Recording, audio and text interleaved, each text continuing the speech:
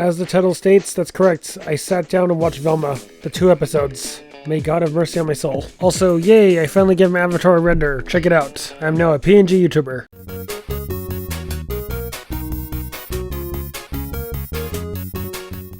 So in this video, there is a lot to talk about. For one, I'm going to be honest here, is I could not even get through the first episode due to the fact of how poor pacing the story was, as well as the writing. Not to mention the bunch of politics they put into the show, which annoyed me to no end. And believe me, I'm not a person that gets triggered by these type of things easily. I'm going to start with the main part, is the beginning of the origin of the character. This has to be the most messiest part of the show and how it begins. It's Velma Dinkley. And this is my origin story. Sure. Normally, origin stories are about tall, handsome guys struggling with the burden of being handed even more power. And if they are about girls, it's usually like, hey, what made this hot chick go crazy?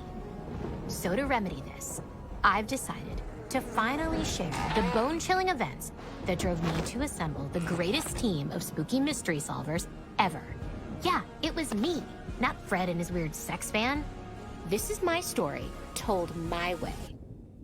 And it starts with a murder, bitch.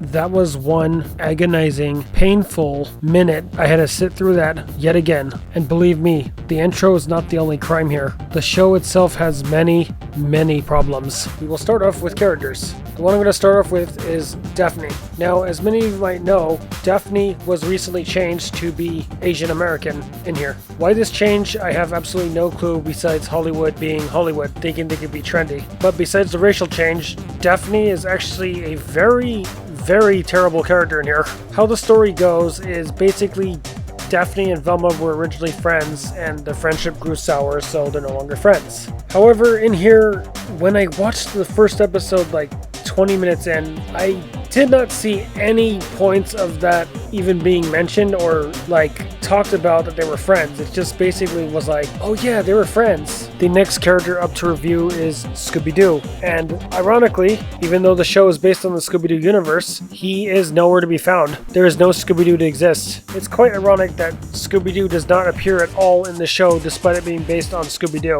I mean, sure, we had other spin-offs that explained how Shaggy and Scooby met, but the point of this mystery gang is to prove that Scooby-Doo was part of it as well. I mean, picture out of the blue if Nintendo decided to not have Mario appear in the Super Mario games anymore. Yes, we still have Super Mario as the title, but Mario's no longer part of it. You get the picture? You gotta include all the cast, even if you're playing as a secondary character. Velma's a good example of how writing failure works. Character butchering, bad pacing, as well as director favorites and writer favorites. And let's not forget all the amazing points in the show, clips included and the following.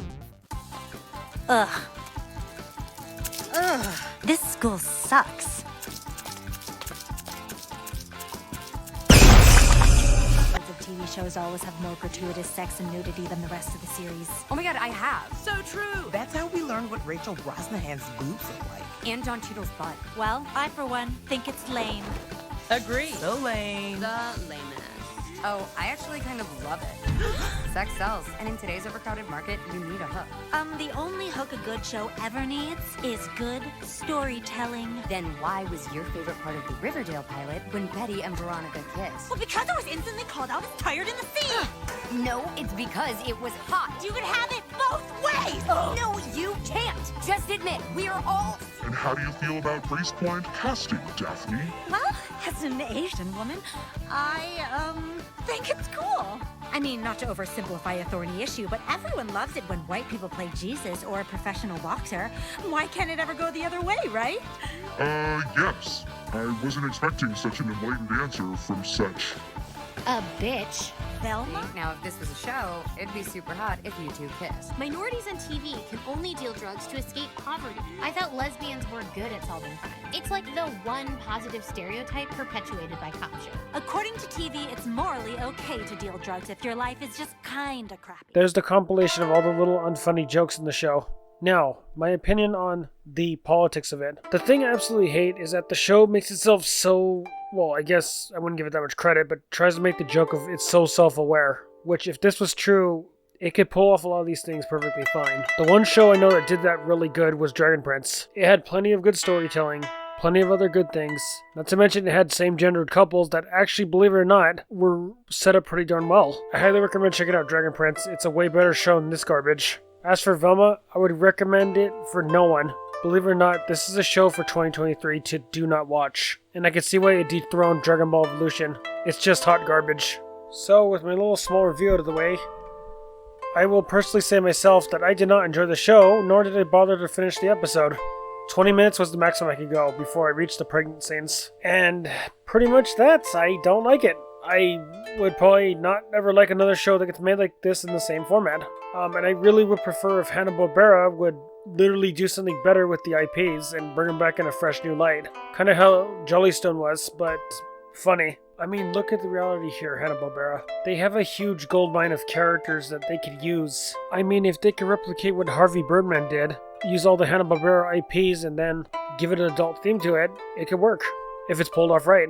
This isn't pulled off right. This is mismanaged and basically hot garbage. But with that closing statement, what do you guys think? Do you want me to do more video game retrospectives? Would you want me to cover more controversial shows like this? Or do you just like hearing my voice talk while you guys listen? If so, feel free to like, subscribe, and comment. I'm always here, I'm always listening. Hope wherever you guys are, have a good day, good night, or good afternoon. And remember, life is great.